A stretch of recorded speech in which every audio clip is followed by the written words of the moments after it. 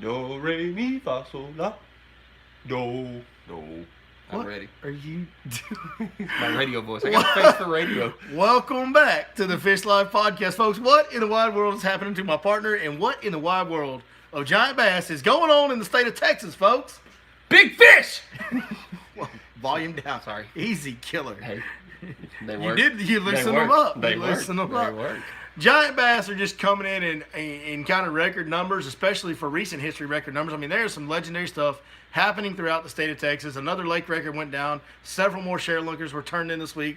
Teenage bass falling off trees everywhere you look this year in the state of Texas. We're going to talk about that in detail tonight. Hey, it's also tournament season, bro. Tourney time. Like, there's our two rival professional two. I don't think they think they're. I think we make them more rivals than they do. Anyway, Yeah. Bassmaster Elite Series and Major League Fishing Bass Pro Tour are both happening right now as we're talking. I believe it's the single day. It's the richest single day amateur tournament. Correct. Is coming up this Sunday on Lake Fork, of course, the Mega Bass put on by Bass Champs. Yeah. That is happening. Coming up this Sunday. You're actually going to participate. I'll be there. I'm not, because they don't let me, because I'm a fishing guide. I've been on Lake Fork all week fishing, so we're going to talk about current conditions. We're going to preview the Mega Bass. We're going to talk about Everything. a fish of a lifetime that we should have caught in my boat this week. That a little bit of user error, man, caused that fish to not get in the boat when she should have got in the boat. We'll talk about that tonight. So we'll have some good fishing stories, all-time legendary fishing stories, tournament fishing stories. It's all about fishing. Also, for those of you that watch the channel, you may have noticed here lately there's like no content, like none. Like, we've done a couple live streams, but that's it. Live streams are easy to do. We just sit in front of the camera and act like idiots and talk. We're real good at that. We do it whether the camera's on or not. So we just turn the camera on It's just once in a while. Just everyday life. Yeah. Just normal stuff. But the other content, the edited content, the on the water, the in-depth instructionals, all the stuff that you guys have come accustomed to over the last 4+ years seeing us do on this channel, it's not been happening. I'll probably make a video about it explaining what's been going on in my life at some point, but I can't do that live because I want to make sure I get it right and explain it the right way, because it's a sensitive subject. You might say, well, we'll just say that your boy has been having a hard time in his personal life, been having some things go on, and I'm having to adjust to a whole new way of living my personal life because of some of those things. So time consuming. I'm really busy this time of year being spring fishing season. I've been traveling for the tournament deals as recently as last week with Rayburn. My kids just started soccer. We had a game Monday. We had another game yesterday, Saturday. We've just been real busy, and with everything else that's going on in my personal life, I have not had time to get the video content together. We'll talk about that in more detail in a different video. But good news is, well, maybe it's good news. It may not be good news for everybody. Good news is the regular content is coming back this week. We will have videos this week starting tomorrow. We'll be back on our regularly scheduled programming, as they say. We're going to have some Sam Rayburn Bass Champs videos, practice and tournament day video.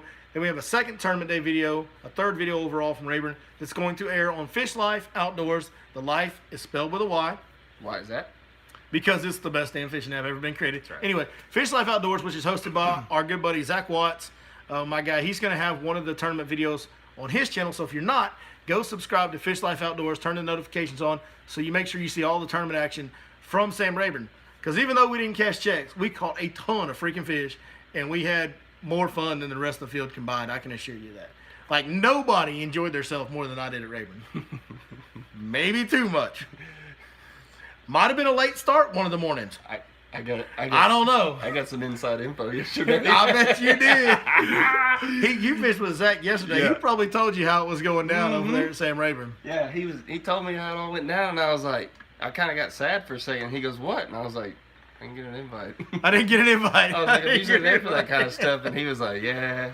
It got a little. You might say it got a little loose.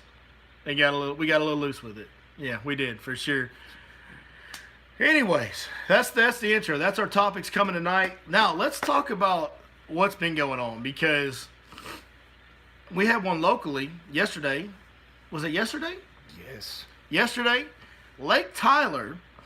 There is a lake called Lake Tyler. That was the new lake record. Oh yeah, about 3.5 pounds. New lake record by 3.5 pounds. New share lunker. New lake record for Lake Tyler. 15 and change. And your boy, now you kind of had an argument with some of your buddies. Tell me about this. So, Before this ever happened. We just got talking sharelunkers one day, and I said, I don't doubt there's a sharelunker living in Lake Tyler. Yeah. Maybe like a mid to heavy 13. Yeah. But there ain't nothing 15, 16 swimming in them waters. I'm just telling you, there's not. It's too heavily pressured.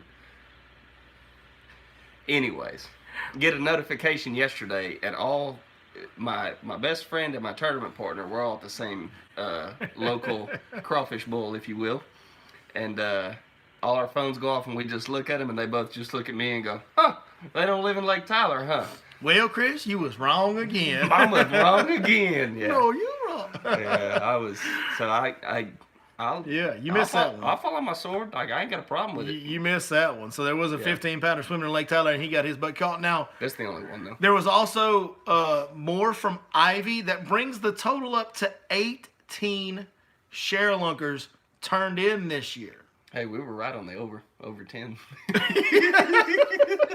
We should have set it at 20. Yeah, we should have set it at 20, and it's probably going over 20 at this rate. My good. Yeah. I mean, I think they go all the way through the end of April, right? Yeah, there might be closer to 25, dog. Holy, like it's insane. I mean, because there's going to be at least 3 on Fork this weekend, because Vic's going to catch one, Cody's going to catch one. Because you're fishing bass champs with Vic Pearsall and Cody Mays. Yeah, I'm going to net 2 of them at least. I ain't gonna catch one, but I'll net at least 2 of them. There's a couple more getting going. Yeah, I mean, it's wild, dude, what's going on. I mean, this is kind of a, for recent times, this is a record year for sure. Like, we haven't had this many turn in. And we discussed this when this deal first started going off, right? Yeah. Now, we've had 18 sharelunkers turn in, 10 have come from Ivy. So when the Ivy madness started happening, when Ben Milliken went down there, when all the 6 Cents guys went down there, started catching sharelunkers every day, it was crazy. And then Josh Jones went down there, caught a couple, and then everybody else, it seemed like, followed suit. And we said, this is just the beginning. And I think we were right on that when we talked about it, because this is just the beginning. Like, and even right now, what we're seeing right now is just the beginning. Like, we are going to continue to see bigger bass than what we're used to being seen caught on a regular basis are going to continue to show up throughout the state of Texas. We talked about this. It's two-pronged to me. There's 2 things. The first thing is this new technology, the live scope technology. And it's not just that it exists. It's that it is now being accepted and utilized by the everyday fisherman. Correct. And I think that's only really started to occur over the last 6 months, maybe a year, but really more than the last 6 months, where everybody's wanting to get the live scope active target type of technology and utilize it. And I think that really it all comes back to Lake Fork. It's the grandmother of all bass fish, trophy bass fishing, it seems like. But you look at all the techniques that started at Lake Fork, and live scope didn't start at Lake Fork by any means, but it did come to the public forefront, in my opinion, at Lake Fork. In the biggest way, no doubt. I think when the general public fully accepted live scope is not for crappie fishing, it's for trophy bass fishing. I think when that happened was when Patrick Walters dominated the Lake Fork tournament last November and created the biggest margin of victory the Elite Series has ever seen. To me, that's when your everyday weekend angler was like, all right, dude, I got to save some money up. I got to get that live scope. I got to get that active target, and I got to get good with it. That's not how that went. It went, all right, I'm going to go in more debt. And not save up. Yeah. I was right about everything. You're right. Except for the saving. With bass fishermen, you're right. I was right about everything except the savings. We're going to put that credit card out there. That's right. Yeah. At Capital One there, when I said I didn't need any more money, matter of fact, I need about $4,000. Hell with that 20% interest rate. Yeah, I need about $4,000. We got a teener to catch, dog. That's right. That's right. No doubt. But yeah, to me, that's when it really became an accepted deal amongst the general public. And now you've got more people than ever using this technology that is such a huge advancement. Right. It's showing you fish in areas. There's fish that have they go out there in the middle of the pond and they don't get fished for. And I think, to me, Lake Fork, it's going to take a little longer for lakes like Fork, Lake of the Ponds, Toledo Bend in some ways, for big parts of Toledo Bend. It's going to take longer for those lakes for this technology to show out the big fish on those lakes with the everyday angler because of the cover that's present. If you look at the West Texas lakes like OH-Ivy, yeah, there's timber in it, but nothing taller than like 10 foot. Yeah. Like, you know what I mean? Like, all the trees are short out there. There's a lot of open water in OH-Ivy. There's a lot of open water. And Lake Tyler is an open water lake. There's really no it's a boat dock lake. Clear and obvious areas full of cover. It's mostly shoreline vegetation and boat docks. Brush pile here, brush pile there. But the majority of the lake is open water. And that's really where this deal shines and is easiest for the new guy, for people, which we're all new to using it, except for like Josh Jones. Like the rest of us are still learning. Even the guys on tour that are using it, most of them are new to it, with the exception of a handful of people on Earth, are still learning this technology. You know, I would say over half of these chair lunkers that have been turned in this year have been attributed to this live sonar technology. Yeah, in some form or capacity. Yes, they're all seeing these fish they're seeing fish that they don't normally see, and they're targeting fish in areas they don't normally target them, and it's just opening our eyes and opening our abilities to catch fish in open water, like fish that live in areas that we would never fish. Yeah. We now have the ability not only to find them there, but to actively target them in those areas. Actively target. See what I did there? Oh. You see what I did there? See what I did My there? man. Yeah. No, so these huge fish getting fished for whenever they're just out chilling in the middle of the lake, they've never been, like, how many times have you grabbed a spot, seen biggins suspending in the timber and gone, yeah, they ain't gonna bite, and then just took off? You know what I'm saying? Why do we all love sight fishing so much? Because you can sit there and look at them. You can pass up little ones and look for the one you want. That's we right. all love the opportunity. So, well, not all people love sight fishing, but the vast majority of us love the time of year when they get on beds, because we have the opportunity to search for a giant on a bed and spend as long as we want specifically targeting that one fish. Correct. Now it's year round. Yeah. Now it's year round. You can run around on your active target or your live scope, look for bigger fish, and if you get good at it, specifically target that one giant fish. If you get proficient at keeping that fish on your screen and keeping your bait in front of them, like the guys that are doing this are good at it, you can specifically target those fish. I'm telling you right It's now. sight fishing, essentially. If you are a fishing guide and you don't have the scope and you're not getting acquainted with it, you're way behind. Because I think starting this next year, I think they're all adopting it. It seems like we're all getting it now. For a while, it was just a few, but now we're kind of we're all getting our new boats for this year, and everybody's got it on there. Yeah. But I think that starting this next year, you're about to see more guys that are slap full January through February. Whereas in the past, that really wasn't Slow a thing. time of year. January it's a ghost. Yeah. And we made videos in January on Fort fishing shallow and catching pre-spawner shallow, and I was loving life because I was the only one on the pond. Yeah. You know, it was awesome. I think that next year it's going to be a little different. Yeah, you know, the lakes like Fork are going to be longer before you see this kind of technology take effect there. But it's coming. It's coming. It's just harder to use that live scope and stay on those fish and keep your bait in front of them when you're dealing with all that timber in areas. Right, yeah. There are some areas of Lake Fork that are conducive to it, but not all, and not the majority of the lake. The majority of the lake's timber. Now, the guys that are really good, like Patrick Walter showed us last year, he can still do it no problem. So there's that, but it'll take a little longer. Plus, on Fork, there's such a long-standing tradition of people catching big fish in other ways that there's probably going to be a lot of people that stay with those older ways. Yeah. But you know, they'll hang longer before they adopt this new technology. Yeah. And some probably never will. Heck, Brooks Rogers still don't turn the sonars on. No. Yeah. He gets mad at people that do. And he catches them as And he big as still anybody. catches them. That's right. Yeah. He still got his pistol grip rod and a spinner bait wearing them out. Oh, you know. dude. Yeah. Still insane to me, but yeah, I mean, He does. He does catch 'em. At some point, I mean, I don't see any way around not having it. Whether you're a tournament guy or a fishing guide, like you're pretty much I'm not even talking about a little bit behind the curve, like natural ability with this technology and people that are going to get so good with it.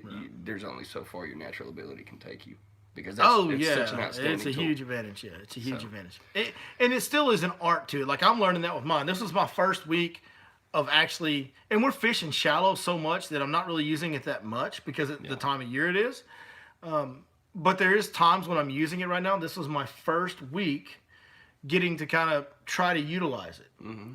And It's not as easy as, oh, look, there's a fish swimming, throw at it, catch it. No, there's an art to keeping the for sure. fish on the screen. There's an art just to keeping your bait on the screen, honestly. There really is. There really is an art to it. But the advantage that it gives you. Oh, yeah. I mean, I'll give you an example. The first morning that I had it turned on Lake Fork after I got back from river, the very first morning, I'm sitting there, and we're fishing a shallow. There's a pond dam with shell beds on it, and there's a point beside it with shell beds on it. And I'm like, okay, we're throwing here and we're throwing there. And there's about an 8 to 12 foot drain in between those two. Well, as I'm moving that thing around, I see 3 fish swimming down, hugged to the bottom down in that 8 to 12 foot. down there in that drain, and I tell my customer to start throwing over there. Well, he throws over there for about 10 or 15 minutes. He gets a bite. Mm-hmm. And then 30 minutes later, he gets another bite out of that drain. So those are fish that we weren't necessarily like scoping, but we saw those fish on it in an area that we weren't even going to cast to. Started casting there, started catching fish. And one of those was a 7-pounder. Love when a plan works out. Mm-hmm. Made me look like I was an active target pro right from the beginning. So it's a huge deal, man. And we're going to continue to see these big fish getting caught. Now, I said it's a two-pronged thing. The other factor of these giant bass getting caught in the state of Texas is the drought in 2011 put lakes at an all-time low across the state. I mean, almost every major lake in the state hit an all-time record low in 2011. That's right. In 2014, the lakes all filled back up, creating a new lake syndrome. They stayed down for about 3 years. They stayed down. Mm-hmm. In 2014, they filled back up. 15, they got over full. 16, over. A lot of good spawns in 14, 15, and 16. A lot of really good spawns, right? Well, those fish are 7 years old. That's about the time they start reaching this size. If everything else is lined up right, food opportunities, so the environment they live in, genetics, all that lines up. Well, about 7 years they can reach this 13-pound mark. 15-pound mark. So not only do we have the 2014 year class, but behind that we got the 2015 class and the 2016 class and the 2017. Like all those are good spawning years with high water levels during spawn. So we're going to have an abundance of giant bass in this state throughout the entire state for the next 4 or 5 years, at least. At least. Yeah. So between the new technology, the new lake syndrome from 2014 on, the Texas genetics, and a lot of this has to be attributed. It's great that ShareLunker is receiving all these fish, 18 of them. Mm-hmm. And there's some that are being caught, guys, that aren't getting turned in. There was one caught at Fork this week that didn't get turned in. Yep. That nobody knows how much it weighed. It's a big mystery. There's a lot of controversy about how much it weighed, but it probably qualified for the program. Yeah, it was pretty close. Talked to the guy that caught it, actually. If it didn't qualify, it was right there. Yeah, it was a big one. And according to some, there's no doubt it qualified and then some. Yeah. But anyways, don't want to get into any type of controversy there. I ain't throwing any darts. I am nobody to argue with the man who caught it. Randy Oilfield caught it. That's right. And he's caught more big bass than I'll ever dream to catch. So I'm not trying to argue with him in any way, but there was no official weight on the fish. Anyway, there's plenty of fish that are getting caught that are 13 plus that aren't getting turned in. But it's great that ShareLunker is receiving all these fish, in my opinion, because in my personal opinion, these genetics that we have in Texas that grow 13 to 15-pound bass in 7 years, the ShareLunker program is a big part of that. Just from whether it's the funding that causes them to stock pure Florida strain, also stocking the ShareLunker offspring that they've reproduced over the years, all that combined is what's putting these genetics in our lakes. It's allowing Texas to be the shining light of the bass fishing world and really do some pretty historical stuff when it comes to numbers of teenage bass. Listen, guys, I don't know this for sure because I was real young, in the big bass swim bait heydays of California and in the 90s in Fork. I was real young. So I don't know exactly what the numbers were. But as far as documented teenage bass happening in a month or two stretch, nothing in my lifetime that I can remember is quite like what we're seeing right now. Yeah, no, this is, yeah. Now, these aren't the biggest bass that have ever been caught. They're not 20-pounders. They're not world records. They're not even state records. Yet. But this is the most number of teenage bass that I've ever seen caught anywhere in the world that I can remember. And so if you don't think that the ShareLunker program and the genetics and the Florida strain stocking that program has induced and put into the state of Texas, man, it's pretty undeniable to me that their program's working real well because it's just spitting out teenagers everywhere you go now. Yeah, it's... and I know there's some guys that disagree with that. I know there is. It's just hard to argue against. I think it is. Yeah, I agree. I mean, I agree. But there are guys that think that Texas just has those genetics naturally, and I'm like, they're not called Texas bass. Yeah, they're called Florida bass. yeah, that's true. That's true. So it's crazy, man. What's happening in the state of Texas with the giant bass? It's a great time to be a bass fisherman that lives in the state of Texas. We are, hands down, the shining light of the world of trophy bass fishing right now in the modern world. Mm-hmm. We are. And I really don't see that changing anytime soon. No. I don't see it. We're here to stay, as they say.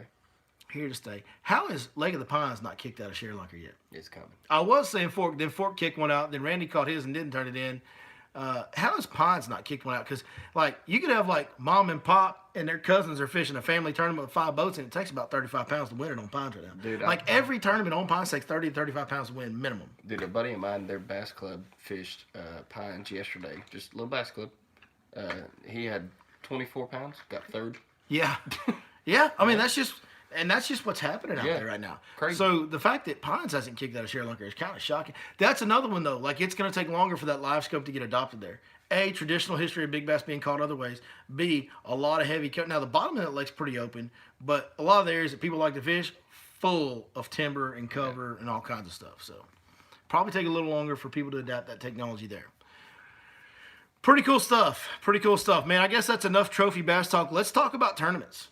Because there is like 1 or 10 of the biggest tournaments in the world happening right now. Yep. The Elite Series is on Pickwick. We're going to Elites. The Elite Series is on Pickwick, fishing a flooded reservoir. Chris Zaldane's up there. His boat's getting washed away. I don't even know what's happening. Chris Zaldane looks like he's fishing the aftermath of Noah. Like, that's what he looks like he's fishing, man. When I turned the live They're coverage Niagara on today, Falls. Oh, when I turned on the live coverage, I was like, I thought I was watching the movie 2012 for a minute. Bro, that dam that he's fishing down below, Yeah, it might be, I bet it's releasing more water than Niagara Falls. it's a lot, It's got to be right there. dude. It's a lot.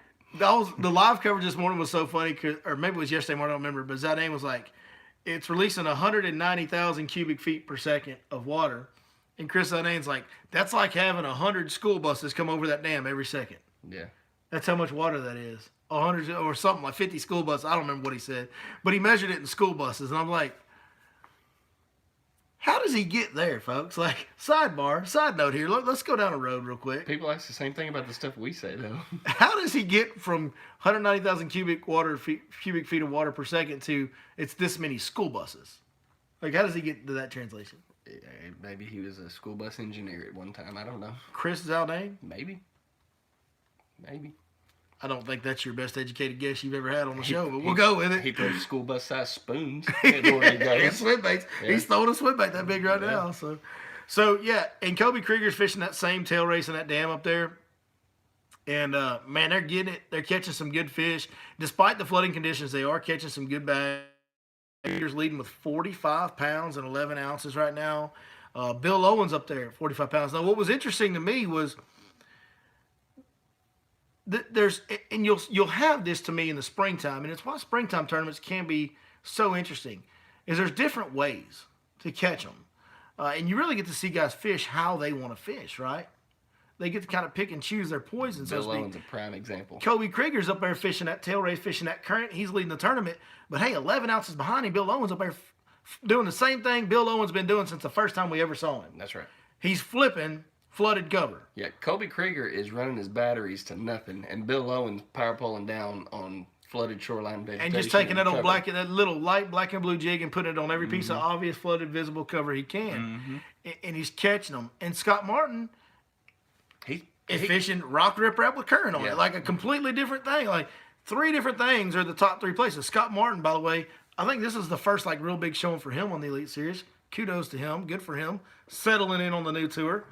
Sitting at number 3. That's great. Then you got Brock Mosley, Buddy Groves, Chad Pipkins, Steve Kennedy's back here, Brandon Polnick, Brian New, Hank Cherry. That's your top 10. Below that, you got Tyler Reve, Brian Schmidt, Brandon Lester, Pat Schlapper, David Mullins, Chris Zaldane hanging in there. Now, Zaldane is committing to, he was committed to throwing that big swim bait only in that tail race. That's all he's doing. Yeah. Then those current breaks below the dam. He had 21 the first day. He only had 13 today. Joshua Stragner, how you say it? Patrick Walters, my Angler of the Year pick. I'm telling y'all now. Hey, and Hackney kind of stumbled. Yep. Lee Livesey is right behind him at 19. Good for him. Our Lake Fork guys in the top 20 right now. He needs to make a move to get in the top 10 for the final day tomorrow. And Seth Fighter rounds out the top 20. Let's break from the tournament and talk about Patrick Walters for 1 second. I know we talk about him a lot here, but he bears talking about, by golly. You know what I'm saying? Like, he bears being talked about these days. Dude, he's only 3 pounds. He's my, and I've said this before, He's only 3 pounds. Well, I mean, I'm saying he's a 20-pound bag tomorrow. He's 3 pounds and 5 ounces from making the top 10 Correct. right now. Yeah, that's what I'm saying. 3 pounds and 4 ounces. He's a 20-pound bag. Yeah, And he's had 18 and 16. Yeah. Or 18 and 17, 16, 13. So yeah, I mean, he's right there. He could do it. Some of the guys ahead of him stumble. It could happen for him. But to me, Patrick Walters is in line to be the next great. Just from the little bit I've gotten to know him personally over the phone and talking to him in person last November when he was here. Since then, following every tournament he fishes and paying attention to what he does in particular, and hearing his mentality on things, his mental focus on things, the way he sees things and thinks things from talking to him at length, man, this guy's got every tool. You know what I mean? Oh, yeah. He's got a very supportive cast around him with his family, his wife, his father, everybody, like his whole family, all of his friends. They're very supportive and on board with what he's trying to accomplish. And he is like mentally all in on being great at this fishing thing. And he's got every tool because he grew up a shallow water fisherman on Santee Cooper. So he's good at that. He's dialed in this live scope deal as good or better than anybody on tour. So now he can go offshore. Like, he's very versatile, and that's going to make him very consistent. And that's what we're seeing because, like, a river system that's flooding, like, this is probably dirty water, river system, flooding, live scopes out of play. It's not a shallow water type of fishery that he's used to. It's extreme condition. Like, this is about as bad of a setting as you could draw up for Patrick Walters from what I know of him. And yet he's sitting at 18th. And he's hanging around. And he's 4 pounds from being in the top 10. Like, that's what I'm talking about, guys. He's so consistently good, and he has the drive. He's young. He's got the energy, the work ethic. Like, it's, like, unbelievable, man. Oh, he's good. Unbelievable. He's real good. And Hackney didn't make the cut today. So Walters is probably going to get up, and I don't know who was in, because Walters was in third for Angler of the Year. I don't remember who was in second. I know Hackney was in first. Walters is going to leapfrog him, I would think, after this. I know Brian New was up there because he had a win. Okay. Maybe it's Brian. And Brian New's doing. How'd Brian New end up today? Where was he? He's in the 20s, I think, or the 30s. Let's see if we can find Brian New. Yeah, I thought he was on up there, too. Yeah. He had a good... Oh, yeah. He's in the top 10, bro. He's at 9. Oh, he's at 9. He's at 9.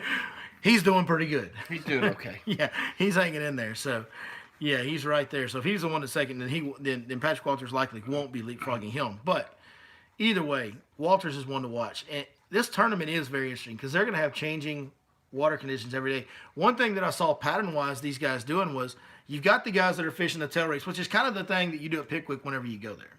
Like, that's where so many tournaments get won in that Wilson Dam tail race. But we've got guys flipping shallow, fishing shallow spawning areas with dirty water in it. We've got guys like Scott Martin doing his thing on that rock riprap around the launch there. Then you got guys that are fishing what they were calling shallow bars on a river system that's fertile. Yeah, they're fishing basically shallow shell bed type areas is what they're doing. I mean, I don't know that they have shell on them or not. I've never been to Pickwick. Yeah. But it's essentially the same type of thing that we focus on Fork, that we patterned on Toledo Bend in our practice down there. It's this time of year, man. Those fish, right before they spawn, pull up on these shallow feeding areas like this. And now that the water's risen and come up, a lot of those shallow areas that were out of the water the other day are now set up perfectly as shallow shellbed-like feeding areas. And there's a lot of the guys that are doing well that are fishing those. I saw several of them doing that.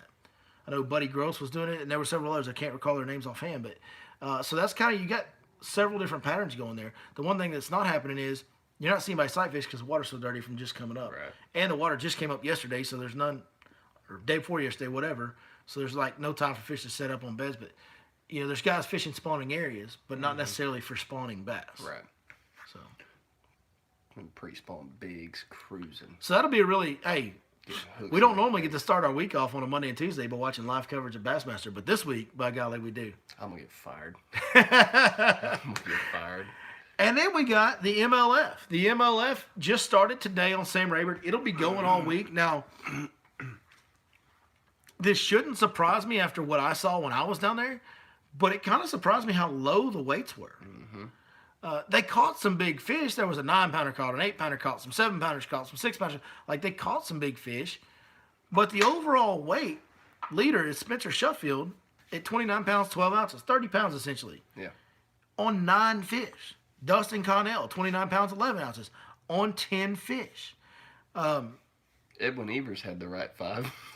He had like 23. Edwin Evers only caught 5, but he caught 23.9. Yeah. Bass Champs was just last weekend. Last Sunday, it took 35 pounds to win Bass Champs on 5 fish. That speaks a lot to how good the locals on Rayburn are. It's the best group of locals in the country. It is. Yeah. No doubt. Yep. No doubt. They're so good. So it speaks to the local advantage, but it just kind of surprised me that there weren't more keeper fish. That being said, when me and Zach were down there, like, we found it real hard to catch fish over 2 pounds. Like, extremely hard to catch fish over 2 pounds. Yeah. Now, it makes me feel better about my performance. Yeah. It really doesn't, because then I look and see the 80-something people that beat me. But Yeah, you get that. on Sunday, it was 100 and something on Saturday. Yeah. Of course, there was like 300 people and 300 boats in the tournament, but Yeah. It does make me feel a little bit better about not catching the big, because it looks like these guys are struggling to catch big fish. And those locals are going to know where those bigger fish are in that lake a lot better than somebody that just showed up. That's right. And these guys are off limits and showing up for a few days of practice and then fishing, kind of like what we did, except we had to take a 5-day break because of Bass Champs rules. Yeah, they were practicing yesterday. Right. Because I remember right before Dustin Connell caught that 9-pounder, he said, man, I caught an 8-pounder here yesterday. And that's my argument to Bass Champs, and they say it's more fair to do it that way, whatever. I'm like, well, bro, the best fishermen on earth get to practice the day before they start. Like, at least let me go see what color the water is. Like, this is crazy. Yeah. But anyways, no personal. We're not going to get on a personal tangent. We're going to stay off that. Yeah. I'm looking for excuses for me getting my butt kicked, basically, is what's happening. Hey, before we go any further, BPT, I want you to pick your winner for the Elite Series. The Elite Series? Yeah. You want to slide back up and look at the leaderboard? Yeah. My winner for the Elite Series. I'm gonna say Bill Owen pulls it out. I think he's got a chance. I just don't. I want to go Polinick, but he's got 7 pounds. That's See, and both the guys you're picking are fishing some calmer water. Now Polinick did catch most of his weight on a current-driven thing. correct. But it wasn't up in the dam. Dude, that Pickwick Dam is just so consistently good, and so many tournaments have been won there. And with Zaldane slipping a little bit yesterday, Mm-hmm. and maybe not making the cut for the last day. He's in there right now, but he might not make the cut for Sunday because he slipped. Kobe Krieger's going to be the guy up there by himself. You going with Krieger? Yeah, man, it's just, I'm not going with Kobe Krieger. I'm going with that area on that lake. Yeah. Just knowing what it produces. And that current's been so overwhelming that as it slows down to a more manageable level, which maybe it does, maybe it doesn't. But either way, even at the crazy amount of current they've had, he's still leading the tournament. He still busted 25 on day 1. Yeah, and 20 today. Yeah. Like, it's going to be real hard to be as consistent as he can up there Yeah. I get it. for those other guys. I don't know. I also feel like at the same time that those shallow water fish, as the water settles down, the current slows down, Yeah. they should get better too. Yeah. So I think both of them are going to improve. I don't know. That's a really hard one. Yeah, I don't know. I could I'm going potentially with see- Kobe Krieger just because of the history of that spot on that lake. That's what I'm going with. And you're going Bill Owen. And I'm not saying you're wrong for picking Bill Owen. Yeah, I think It's hard for you to pick Polinick when he's at a 7-pound disadvantage, and Bill Owen's within ounces. because the only way Polinick can do it, in my opinion, he's got to make up 4 pounds tomorrow and 3 pounds on championship day. That's the only way he does it. And he might. He might. No, he can do it. But to do that, you got to bust a 25-pound bag, basically, 2 days. Yeah, I'll stay with Krieger. I just that area, that lake, and Zaldane kind of falling back like he did. I think Krieger's gonna maybe not so much tomorrow, but on the final day he'll probably end up having. Now Zaldane may jump back right up in it. Yeah. You know? It's wide. I'll say this: this tournament is as wide open as any you could hope for. Yeah. I mean, this tournament's wide open right now. Mhm. Zaldane can go out there tomorrow and catch 30 and doing what he's doing, throwing that big bait. Yeah. And then he's back in the game. Like he'd be right there to lead. So who knows? Who knows where this one's going to end up, Who folks? knows? Okay, let's get you back to BPT. So let's talk about who did what on the first day. Now, this is just the first day of 6 days of fishing, so there's a long way to go here. Mm-hmm. But on the first day, Spencer Sheffield is leading with right at 30 pounds, 29.12. Then you got Dustin Connell, Kevin Van Dam, Ott Defoe, Edwin Evers, Jason Lambert, Jacob Wheeler. Now, the race right now, there's a race between Dustin Connell and Spencer Sheffield. They're within an ounce of each other to see who gets the automatic pass into the final round. I think that's going to be a big deal in this out of tournament. that group. I think so. To get that final pass? Yeah, because it always is when those weights reset. It changes everything. Well, and just the time of the year it is, you're not gonna have to beat a bunch of your fish to get to. Yeah. You know what I mean? You get to save a lot more water. Yeah. Like I'm all for the saving of water. Like here's what blows me away about the Bass Pro Tour. So I'm gonna rattle off the top 20 real quick, and there's so many great names in here. We said Spencer Sheffield, Dustin Connell, Kevin Van Dam, Ott Defoe, Edwin Evers, Jason Lambert, Jacob Wheeler, Anthony Gagliardi, Brian Thrift, Luke Kloss. Guys, every one of those top 10 guys outside of Sheffield has won major events within the last few years. Yeah. I mean, these are legend. Like, all these guys are the best. Marty Robinson, Zach Burge, Dean Rojas, Fletcher Shryock, Scott Suggs, Bradley Roy, Adrian Avina, David Walker, Brett Height, Wesley Strader. That's your stout. This is the more amazing part. I'm going to read off a few names that right now aren't fishing. Aren't going to make the cut. Now, a lot of this is going to change right. on their second day, which will be day after tomorrow. Right. It'll be Group B's first day tomorrow. Mm-hmm. But I'm going to read off a few names that right now wouldn't make the cut. Alton Jones, Kelly Jordan, Michael Neal, Aaron Martins, Gary Klein, Jonathan Van Dam, Cliff Pace, Cliff Crochet, Mike McClellan, Andy Morgan, Fred Rumbanis, Paul Elias, Ish Monroe, Andy Montgomery, Dave Lefebvre, Jared Littner, Shaw Grigsby. What? Those guys ain't making the cut, dude. Yeah. And that's like most of the bottom 20 in that group. I just read off, there was only a few names I didn't read off. Excuse me? Yeah. Like, that's the guys that aren't making your cut? Yeah. What? Like, I love the Bassmaster Elite Series. I do. I love them. Mm-hmm. I still, somewhat part of me enjoys the best five weigh-em-in format a little bit better. I do see the merit of the every fish format and how that could be a better measure of your day. I do see that merit in there, 100%. Mm-hmm. As a traditional guy, I enjoy watching the five fish tournaments. I do. Mm-hmm. I understand them better. They're easier to follow to me than the resetting the weights and all that. I like everything about the way the ML does their format when you explain it to me, but just as a consumable product, it's easier to watch the best five that I've been watching my whole life because I've watched it longer and understand it better. That's right. That being said, and I just told you guys what I think of Patrick Walters. Greg Hackney's my favorite fisherman on earth. Jason Christie's as good as it gets. Scott Martin is a legend. Like, there's plenty of guys on the Bassmaster Tour that are great. Yeah. But when I read the top 20 on the Bassmaster Tour, and then I read the top 20 on just half of the field of this, bro, there is no comparison. That's not even close. There is no comparison. No. Like, still, even after some have gone back, this roster is the best fishing roster. Yep. Like, and it's not close. No. No. That's just my opinion on it. And we still got 40 more that we got to look at tomorrow and read a bunch of other legendary names that ain't going to make the cut. It's wild, dude. Their freaking roster is unbelievable. I mean, they took the best fishermen from all the tours and put them all on one tour. It's crazy. I know. And yeah, they've lost a few of them back to bass, but good night, son. It's a lot. Yeah. Yeah. A lot of tenure. And don't ask me to make any predictions on this, who's going to win this.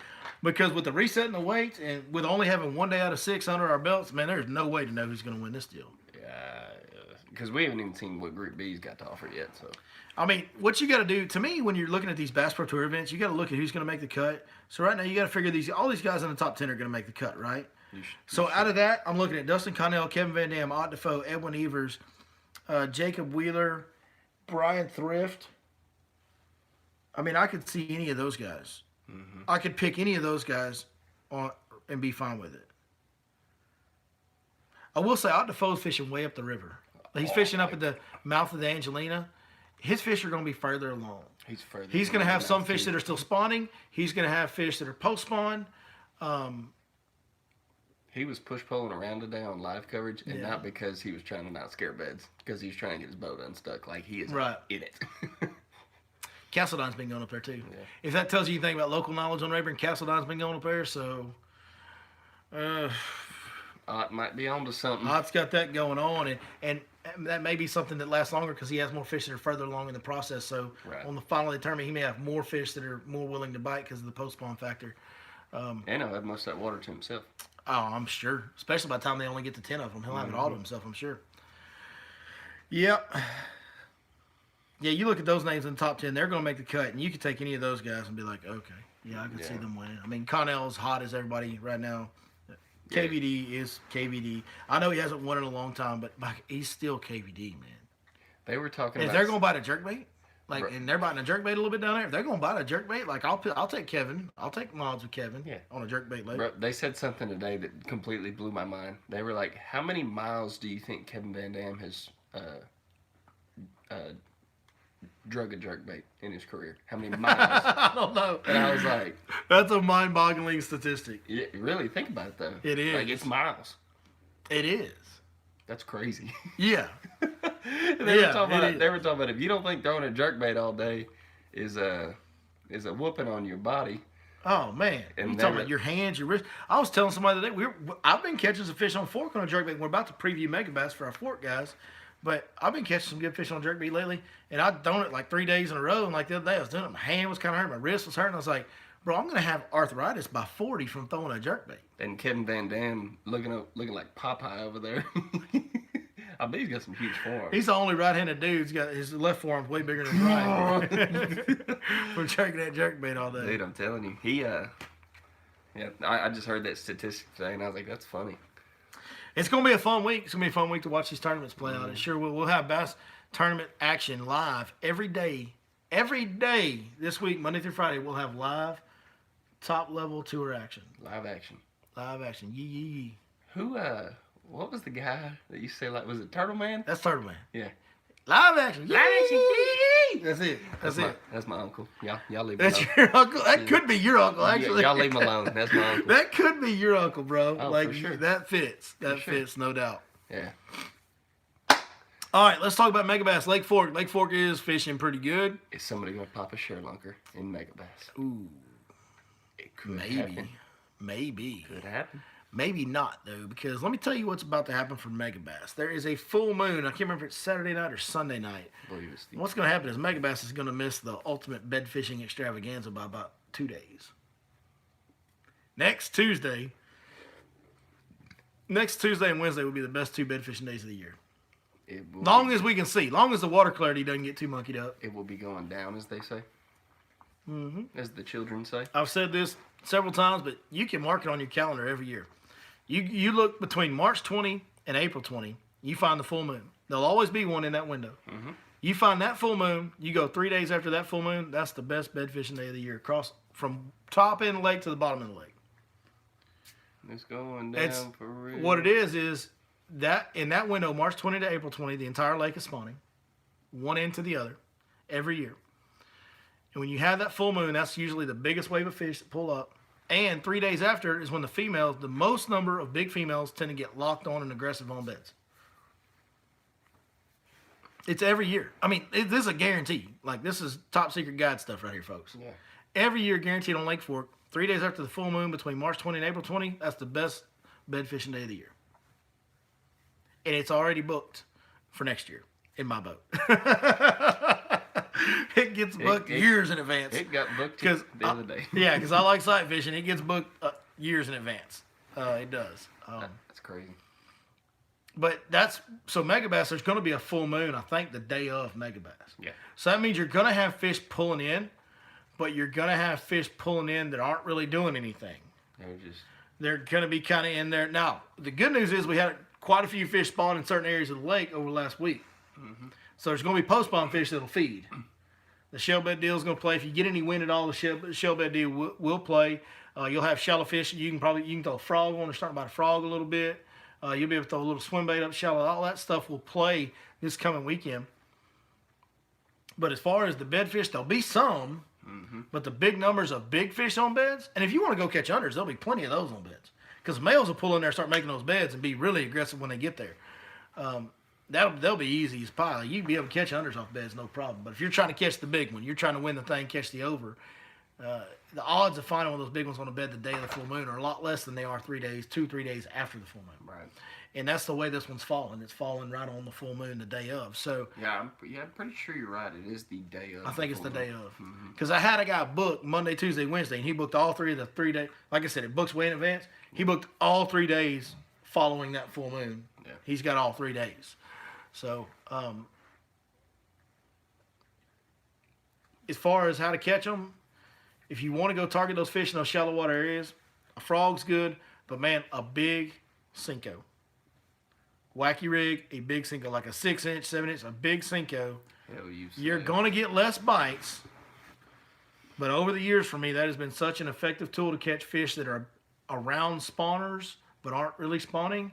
Like when we're sight fishing, I have the guy on the back deck take the big Cinco and throw it out in the middle of the cove off the back deck, and it almost never fails. The biggest fish of the day comes off that Cinco off the back deck. From either a big cruiser or possibly even a big one that's just on a deeper bed that you can't see. Yeah. Yeah, a big Cinco and just, green pumpkin. Watermelon red's been a really good color on Lake Fork for me lately, but we've kind of gone past the black and blue time frame. To me, the green pumpkin's the better way to go now. But watermelon red's really been my best color lately. Now on the shell beds, which will play in that megabass if we get any wind at all. Any wind at all, shell beds will play. Carolina rig's been my best bait, numbers wise. Hog wallow. Hog wallow, Carolina rig, the 6-cent hog wallow and watermelon red, been my best color. Sometimes when it's real dark, cloudy days, we're throwing bluegill fire, which is a black and blue with a watermelon red laminate. But watermelon red generally has been the best color. But a jerkbait, they're biting a jerkbait. Like they are biting. Like when they're eating that jerkbait, they're not messing around. It's not your normal jerkbait deal where you're like pausing it, leaving it there for 4 or 5 seconds, and they kind of just load up on it. You go to twitch it, they're there, and it loads up. No, it's like twitch. It's like twitch, boom, and they just about jerk the rod out of your hands, dude. Like it's fun. I hate fishing a jerkbait the way you have to fish it. Yeah. I like throwing this jerkbait. Like the way we're throwing it right now, I'll get down on that. You've seen me do that. Oh yeah. You've seen me go out in the fall when I can work it fast, and I love it. And I'll catch them in a hurry, dude. I love it. They're biting the heck out of a shad-colored jerkbait right now. I'll tell you another thing on them shell beds that works right now is I've been taking that flashy swimmer with a swim bait on it and banging that blade off that shell. They'll come knock slack. They're biting the swim bait. They're biting the big line throughs too. There's plenty of guys. I haven't really been catching them on the big line throughs, but I haven't been throwing them that much because I've been catching them on that dang jerkbait and that Carolina rig good enough to where it's hard for me to want to throw that big swim bait. But I've seen other guys reporting that they're catching them on the big baits. I've seen a lot of guys throwing them. So I know they are biting the big line throughs. Light hitch, pearl white, line throughs, depending on watercolor, cloud cover, all that stuff. That's the 2 colors you need. If it's decent water clarity and sunny, throw the light hitch. If it's dark cloud cover or a little bit stained water, throw the pearl white. The best line through to me is the Smash Tech Felon. I know there's a lot of guys that throw other ones. The one that I like the most that they seem to bite the best is the Felon. It's not the biggest line through out there, but it's big enough. It's a 9-inch. No, it's not. It's like 7-inch. But it's big enough. That's what all those line throughs guys are throwing out there. They're all 7-inch baits. Yeah. But it doesn't have as bulky a body as some of the other ones do. It's an oversized convict.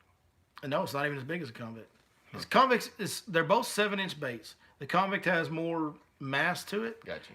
And maybe it just looks that much. The Felon is just a little bit thinner, but man, that Felon at a slow swim has so much back to forth tail action and so much head wiggle at a really slow retrieve speed, and that's the key. It's just most people just don't fish them slow enough. You got to fish them really, really, really, really, really slow. I'm thinking of the Warden as a 9-inch. Yeah, that one's 10. It's actually a 10-inch, and it's huge. That's the one. It's bigger than anything anybody's throwing out there. It's huge. But yeah, that Smash Tech Felons to me is the best line through. I mean, it's the one they bite the best. They bite more. You'll get more bites on that than you will any other line through, in my opinion. 10-4. Did y'all write that down, Vic and Cody? That's the current Lake Fork report, man. That's what's going on. You can catch them a little bit on frog. Catch them on you can go into these spawning coves, and I'm catching them on a little hollow belly. Really? The little Smash Tech hollow belly, little 4.5-inch hollow belly and flashy swimmer, just throwing it up in the spawning areas. We're not getting a lot of bites on that yet, but as the water continues to warm, as things tend to, more fish get in there, they're going to bite that better and better. So by the end of this week, that could be like a really good player. So if you got to have 5 rods to tie on for mega bass, for me, I'm gonna have a Carolina rig and a jerkbait tied on for shell beds. Mm-hmm. I'm gonna have a big Cinco, a frog, and a hollow belly swim bait tied on for up shallow. I mean, that's 5 rods. Also, if you want to throw the big swim bait on the shell beds, get it. And if you want to try to look at them, rig up a Texas rig and get it. So that's 7 baits. There's your top 5, 7 baits. There's your top. That fits about the way we do everything else around here, though, doing it about like that. Hey, you know what though? You still do math better than Joe Biden. Hey, yo! 10 seconds of liberal tears, brought to you by Chris Blackman tonight. Welcome to the party, Chris. Oh man. So we did have a epic heartbreak this week, like an epic heartbreak this week. Yeah, I had that heartbreak last year. I haven't had it yet this year. We milled around and had a tough day on Thursday. So, I mean, the wind was so restricted. We had a cold front come through. It was first day after cold front, really, really cold. Mm-hmm. Water temps definitely dropped. Bite was a little tough, but it was so windy. It was really, I mean, you couldn't even fish the main lake at all. And I've been fishing a lot. At that point, I was fishing predominantly almost all shell beds. And I just couldn't even fish most of the stuff I'd been fishing. And having a tough day. Started out that morning in my starting spot. We could fish that one. It was protected enough, but it wasn't set up right. The wind was blowing all the plankton away from it, so it wasn't set up right to get bites on. And then 2 or 3 bites we did get were kind of short strikes, and we missed them. And just started out being a really tough day, really limited on where we could go and what we could do. Settled into an area, started finding some bedfish. Caught 1 or 2. Caught one out in the middle on some grass. Okay, finally getting some bites, whatever have you.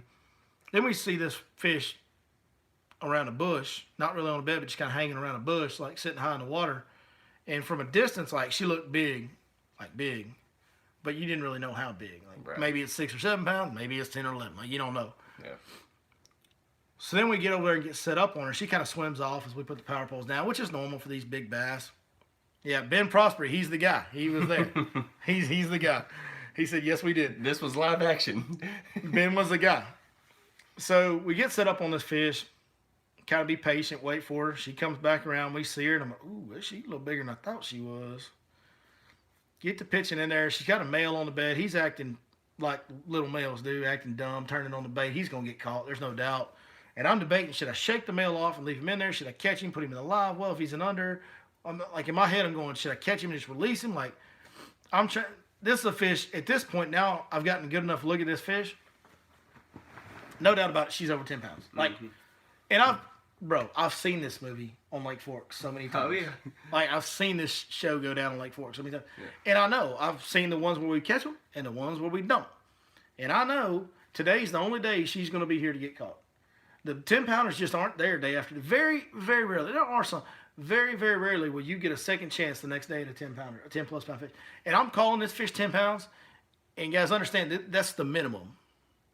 She might have been much more than that. Yeah. Because they all were coming out of the water way bigger than what we thought they were. Like when we would catch a bedfish, like Ben and his wife was with him, Lisa, she got on a bed. She's like, oh my God. I thought that fish was little. It was like a 3.5 pounder, 3 3/4 pounder, whatever. Like a heavy 3, almost 4. And she thought it was tiny. They were, because the water's got a stain to it. When the water's got a stain to it, they tend to come out a lot bigger than what they look like. So I'm looking at this fish and I'm trying to factor that in, and I'm like, minimum this fish is 10. I really don't know how big this fish was. Yeah. She moved real slow, real methodical about everything she did. She acted like a giant, and she looked like a giant. She was for sure over 10. Anyway, keep flipping up there. Male bites a few times. I shake him off. That doesn't make her get... She gets close to the bed when he starts acting stupid, but she won't get on the bed. Yeah.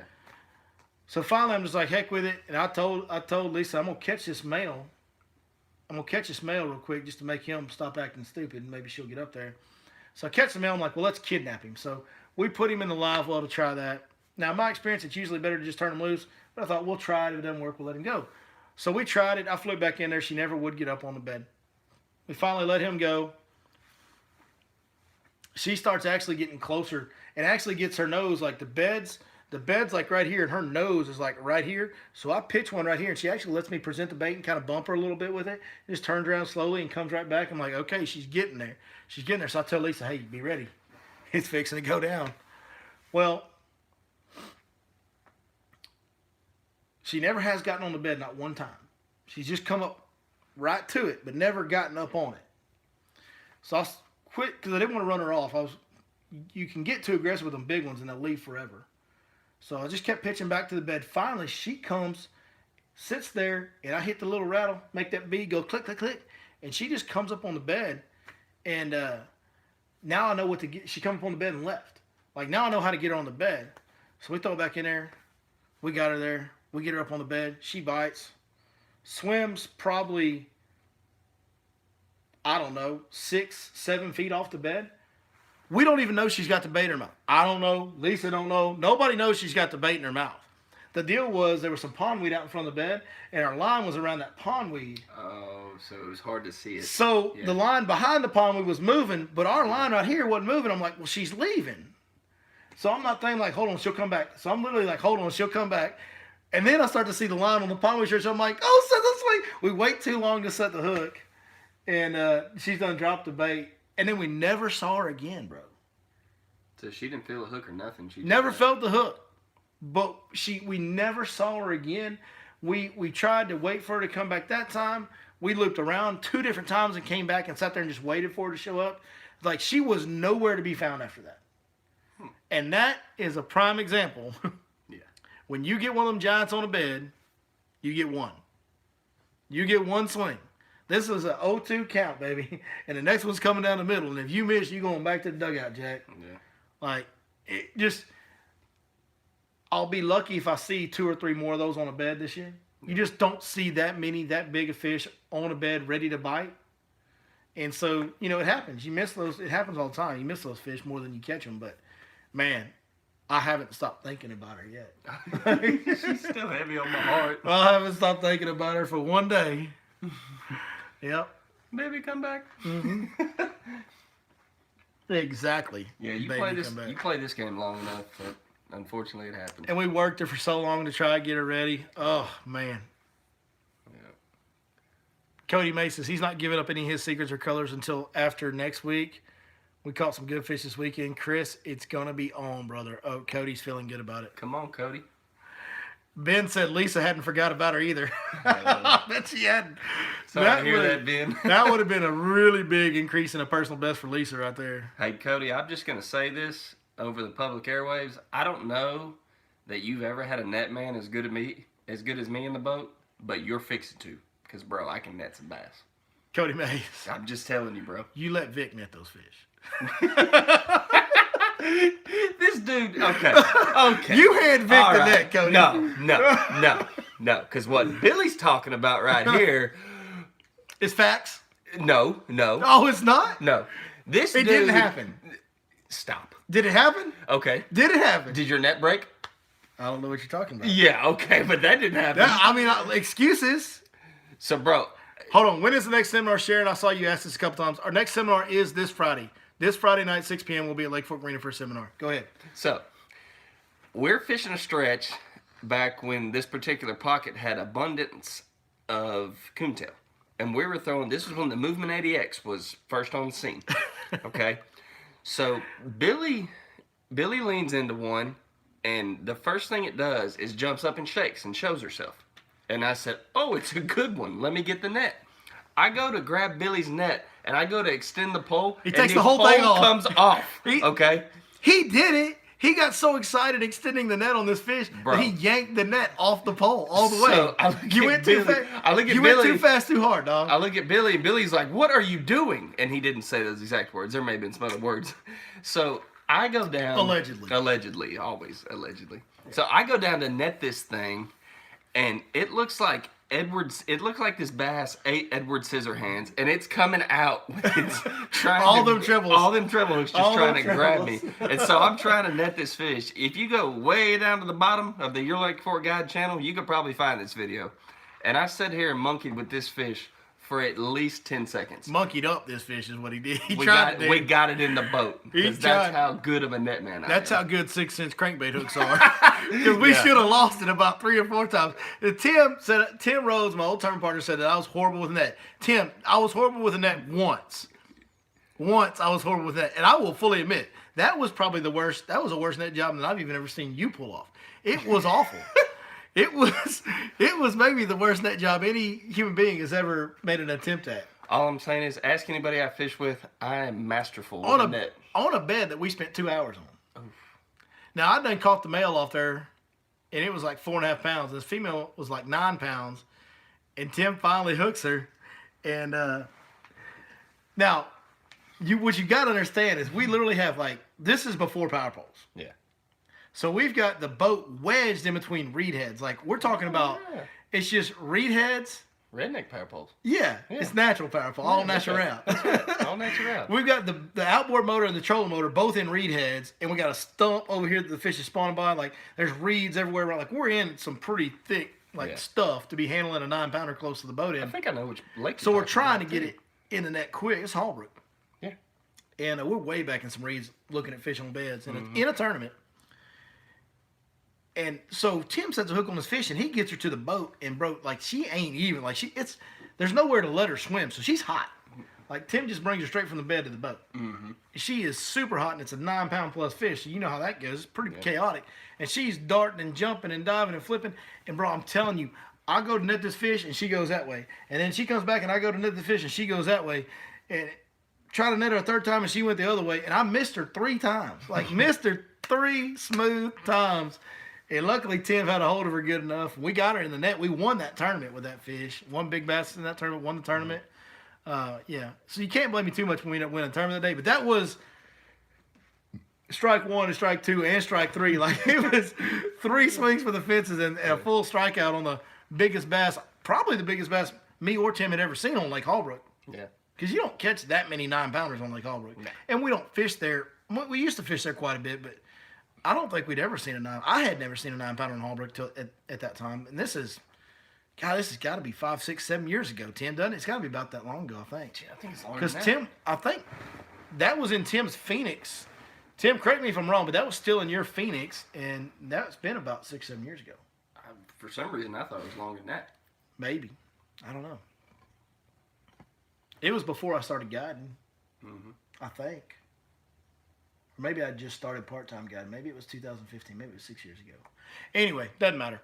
It was a long time ago, and it was funny as hell. All I'm saying is, I'm seasoned. Woo! Skeeter coming hot. Fishing dog's here, folks. Never fear, the fishing dog is here. She's gonna lay down behind Chris. As soon as she gets or she's gonna lay down. She's gonna lay down behind me. I don't know. Either way, she's gonna show her butthole to the camera 37 times before she does it. He said we boat flip only. Cody May said. Cody says, "Don't worry, Billy. We boat flip only. I have boat flipped every one of my overs where we're fishing." Oh, okay. Well, you're catching all these overs and slot fish, Cody Mays. I may need you to break bread on this little spot. That sounds like a pretty good spot. Tim says it was in his Phoenix. He sold that in 2016. He said it was probably 2015 that year I started part-time guide. That's probably when it was. Has it been that long? That's when I started, 2015. It has been a while. 6 years, my brother. 6 years. Fish Heartbreak on Tuesday was a 902 weighted. Yeah, bigger fish are a lot more common out of Heartbreak now than they were then, though. Like the last 4 or 5 years, bigger fish have become a lot more common out of Lake Heartbreak. Man, before, like, you go fish a tournament there, and it's like a 5-fish tournament, like 15 to 17 pounds would probably win it. If you caught 20, you won it for sure. Yeah. Like, you just didn't see a lot of 8, 9, 10-pound fish out of Heartbreak. Now it's, 8, 9-pounders are kind of more common out there nowadays. Mm-hmm. I know one of my buddies goes out there and he catches 7s all the time. It got better. I don't know how or what or why. Maybe they stocked some share longer fry. I don't know. But it got better. Tim, how'd that tournament go on Palestine yesterday? I don't know. I have to ask old Timmy about that. You fished Palestine this weekend. How was it? Well, we had some boat issues that hindered the finish of our day, but it's good. I've heard you've been fishing pretty good. It in the area that I fished the Sunday before, 2 weeks ago, they're still there, and they're healthy. They're good. Shrimping was tough. I don't know what that means. Yeah, it means he didn't catch nothing. That's a new way to say it. For sure. I could have told you where they were. What else are we going to talk about tonight, Chris? Let's talk about what position. This could go a lot. This is a little touch and go right now. Where are we going with Say, you know how you can mount a deer different ways. Yeah. Well, you can obviously mount sharelunkers. Where is she going? I don't know. Skeeter just took off like there's a whole buzzard at the door. She's like, these jokers are talking about sharelunkers again. I'm out of here. So what fish position? Yeah. So like, if you could come up with a way to mount a bass, like, how would you mount it? You know, to me, what the coolest ones were. Like at the Rusty Nail, where they're chasing a crappie. I like that one. That's pretty cool. The single bass mount that was the coolest to me is the one where they have like the fake water Oh yeah. at the bottom, and like the bass is like jumping out of the water Like with its mouth like open, chasing like top. like he's fighting you. Yeah. Mm-hmm. You know, like when the bass jump and like the tail's curled up and the bass's mouth's wide open and he's got your bait hanging That's in his cool. mouth. And it's got the fake water at the bottom, like there's a log underneath there or something. Like to me, that was always my favorite bass mount. The jumping bass with the fake water built in. Now that'd probably cost you $8,000 to get that done versus $600 to get a regular mount done. But you know, Or you can just catch a sharelocker and get one for free. but will they do the fake water mount for free? Probably not. Probably not. See, janky old Sherlunker. See, Now I'm on the hate of Sherlunker side. You know what? Never, don't turn any of your fish. so the way I would want to do a sharelocker mount is mouth closed, just sitting there. Because the reason I say that is You can because see all them shoulder meats and all that. yeah, I want to see it all, but I also want to, how many times have you looked at a fish on a bed and wondered how big it was? Yeah, And so everybody that walks into your house, they're gonna be like, "Hey, how big was that?" yeah. It'll be like you're sight fishing them all over again. I don't know. Take a educated guess. That's how I would do it. Mouth closed. Mouth closed. Mouth closed. You gotta be the only guy I know that would want the mouth. I think everybody wants the mouth open on them usually. Well, you ain't never met nobody like me. This Billy. kid, we gotta stop. I'm about to take this in a direction that we don't need it to go in. If we keep making these things that are obvious innuendos. I don't know what you're talking about. When are me and Todd Castledine making a video together? I don't know. I'll be honest with you, I've never spoken to Todd Castledine. I don't know that Todd Castledine knows that I exist. I mean, I know who he is because he's a freaking legend. I'm just a rinky-dink fishing guide just trying to get by on Lake Fork. I ain't never done 1/100th of the things in this industry that Castledine has done. So Castledine is a legend. he is. So to answer your question, tomorrow they're doing a video. Yeah, tomorrow. yeah. I'm gonna text him when we're done with the live stream. Yeah. He's gonna drive on up from Rayburn overnight Yeah. tonight. Meet me at the ramp about 6 a.m. We're gonna hit it. Yeah. Go catch. Chase Clark, that's a pretty good one. Chase Clark says a good way to mount a fish will be nose down on a Texas rig on a bed. That'd be cool. That actually that's very original. I like like that. that. I like that. Head down, tail up. See, these innuendos. I'm about to take this to a place we can't be going, folks. You gotta stop. There's already a rap song that says that. Yeah. Yeah, I know. Yeah. That's what makes it too easy for me. I can't resist. What's it gonna take to win Mega? Boom. Give me your prediction. I'm gonna say heavy 11. That was the first one that popped in my head was 11. I was like, 12? No, probably 11's more realistic. Dude, again, you just never know, man. Yeah, it's hard, and especially like, I'm gonna say 11. I think 11's the number, I'm gonna say heavy 11. and it could be more, and it could be a 10. It'll be a double digit.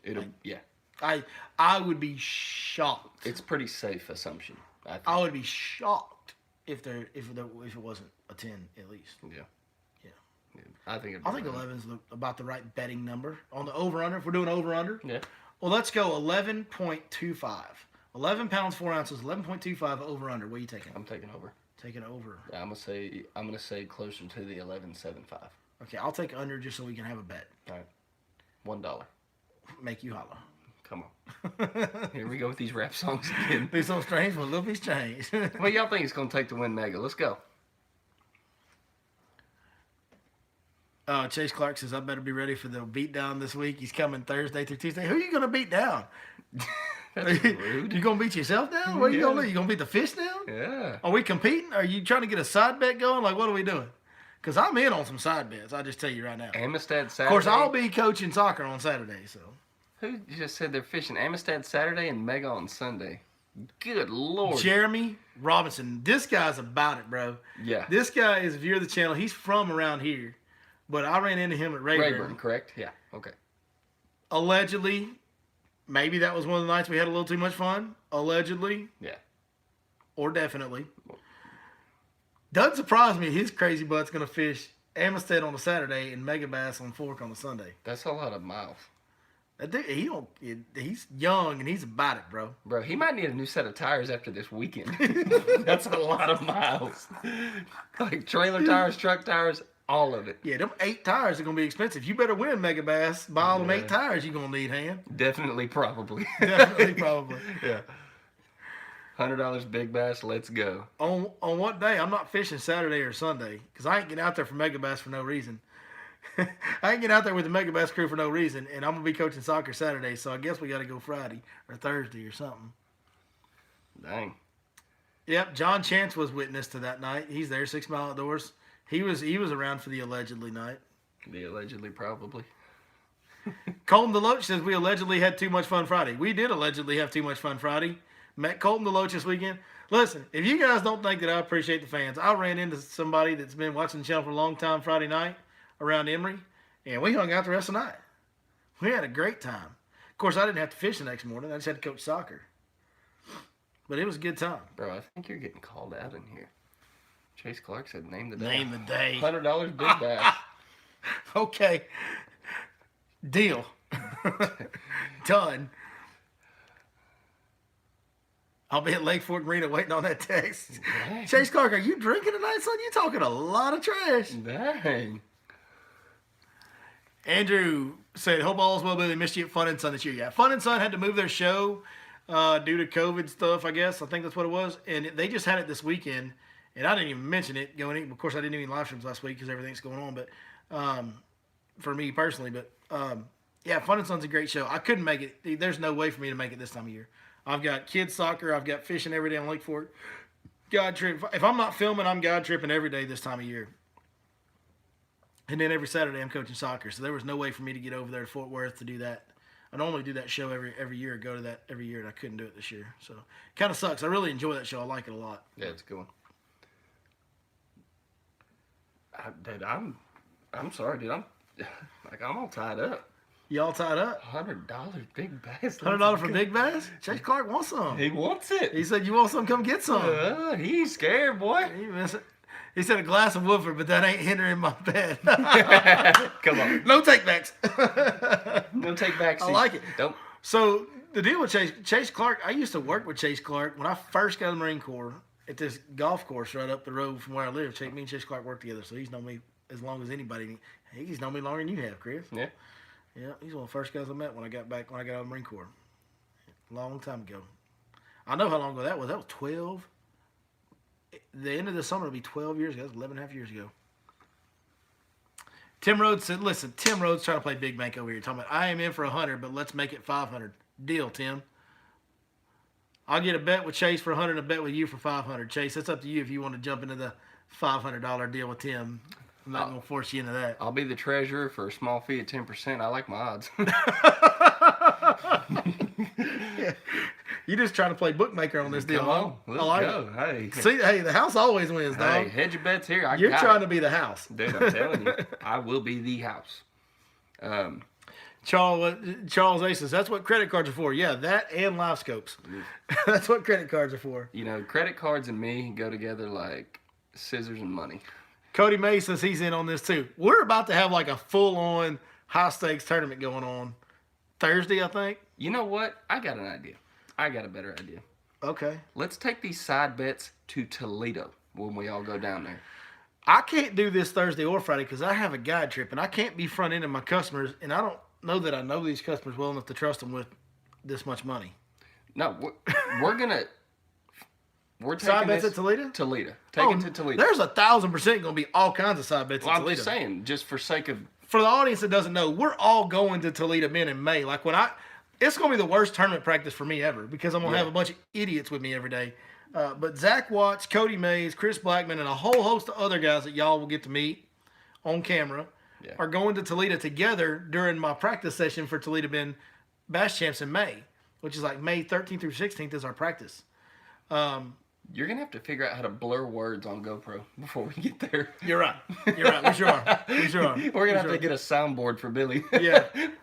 We may have to send this video out and let some professionals in it this way. That's right. That's right. That's probably going to be the cheaper and easier way. That's right. And hopefully I'll be paying for it with all of y'all's money from all these side bets because there will be I'm just daily side bets on that trip. I guarantee you. If they're biting a wacky worm, Zach's gonna be tough to beat.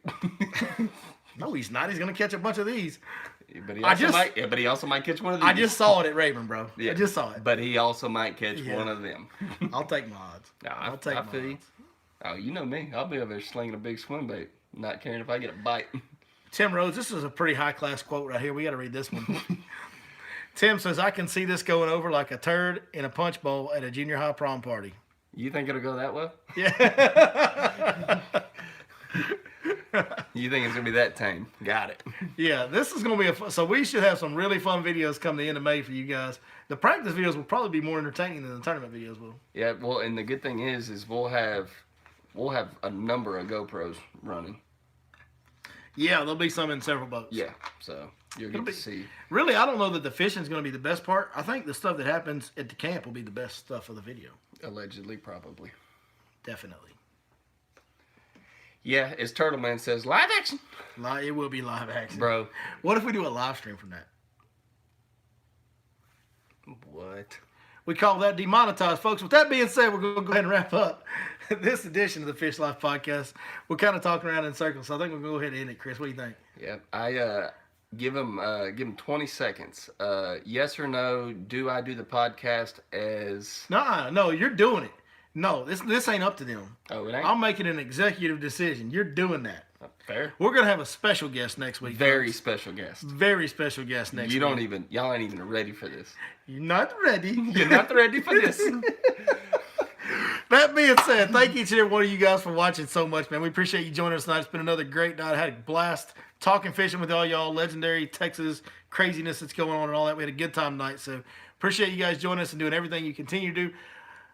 Back on our regularly scheduled programming this week with our videos, so be watching for those. Hey, and we will see you next time right here. Chris, do that thing you did. Hit that thumbs up. Smash that subscribe button. Hit the bell for post notification. Let's go. Blow this thing out of the water. Come on. Woo! Megabass. 1186. Me. What? I was just going to say I almost did the wrong outro, but good job, Chris.